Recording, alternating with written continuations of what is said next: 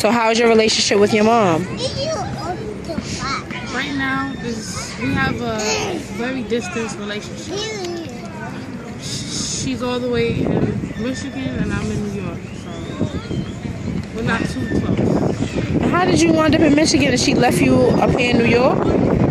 Pretty much, she abandoned me. Wow. And where's your dad? My father passed away.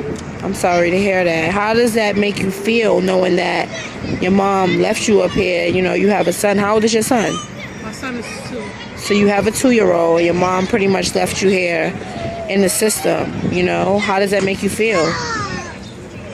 It makes me feel lonely, but it also makes me know that I have to be independent. And what steps are you planning to take towards becoming independent? I'm ready to look for housing and also to follow my education. Okay. So you plan to, are you getting a college degree or GED? I'm getting my GED and hopefully I get into the college that I want to get into. Okay. What do you plan to study when you get to college? I will study fashion management, my first option. And then my second option will be criminal justice. Well, those are 2 amazing careers. Do you think the foster care system will help you achieve those goals? I think that they could be, yes, I think they could help me. They can. Have you spoken to anybody about your dreams and have they helped you start filling out application for your GED or school? Honestly, I don't think that the agency really believes in me. Now, why would you say that? Because they never ever mention anything about college. So what are some of the things that they talk about when you go there? That's never been one of my goals. So it's pretty much housing, but they never talk about school and things like that. Have they tried to help you get a job? No. So how do tell you? me that I need to worry about my education with my GED, but I don't think they believe that I'm going to be able to complete my GED, to get my GED. I believe in myself, so that's what's important to me. So once I get my GED, I'll show them, and then they'll have to move forward to help me get into college. That's so true. And now, one question that I want to ask you, and it might be kind of hard to deal with. Do you have any conflicts within your foster home? Conflicts? I feel very lonely. Like, I feel like pretty much that I have to, like, be very humble, and because, you know, if I slip up, then I'll be put out, pretty much. So you basically feel like you're walking on ice?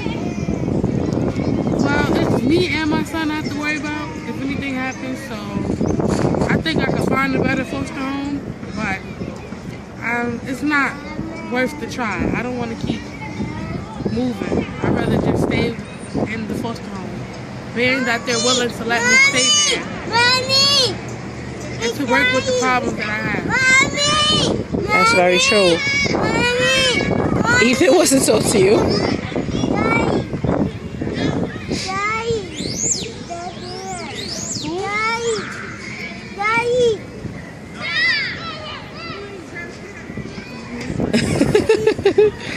Ethan, you see somebody? Is Ethan in daycare?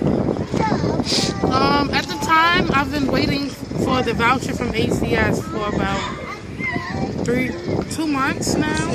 2 months? Yeah. I've been waiting for the voucher. Is Ethan in daycare right now? No, not at the time. How long have you been waiting or trying to get daycare for him?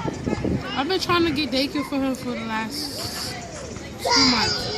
Is anybody helping you? For the last 4 months I've been addressing the situation, but for the last 2 months I have been trying to get the paper processed so that I can get the vouchers for the daycare. But they keep giving me the runaround, telling me that it's different paperwork that they're missing, and it's starting to become overwhelming to me.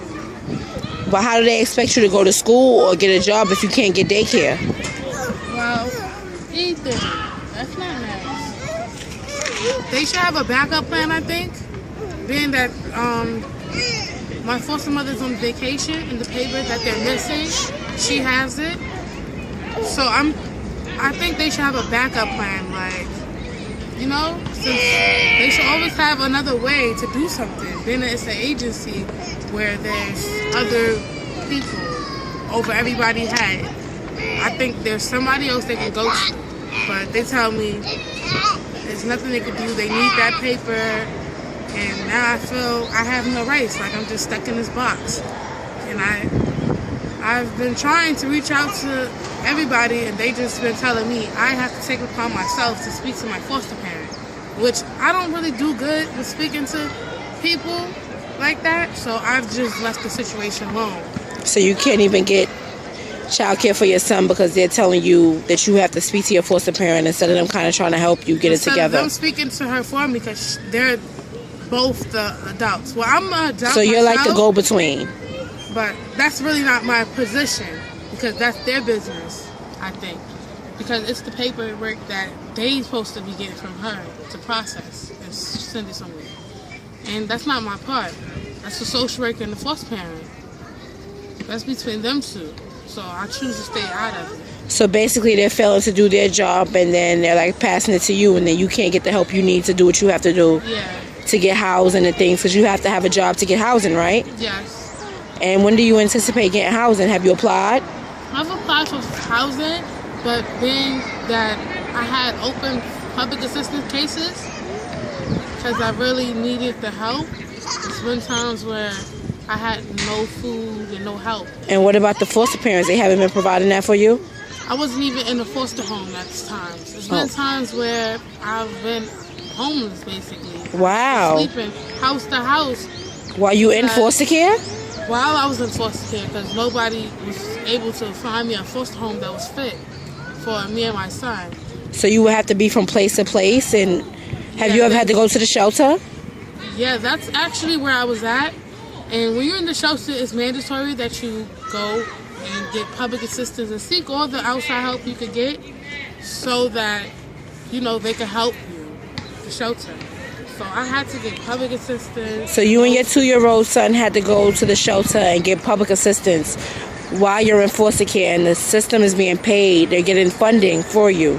Well, actually, when Hurricane Sandy had occurred, it was, this was in October 27th, I believe, when Hurricane Sandy happened. I was in the foster home in Far Rockaway when that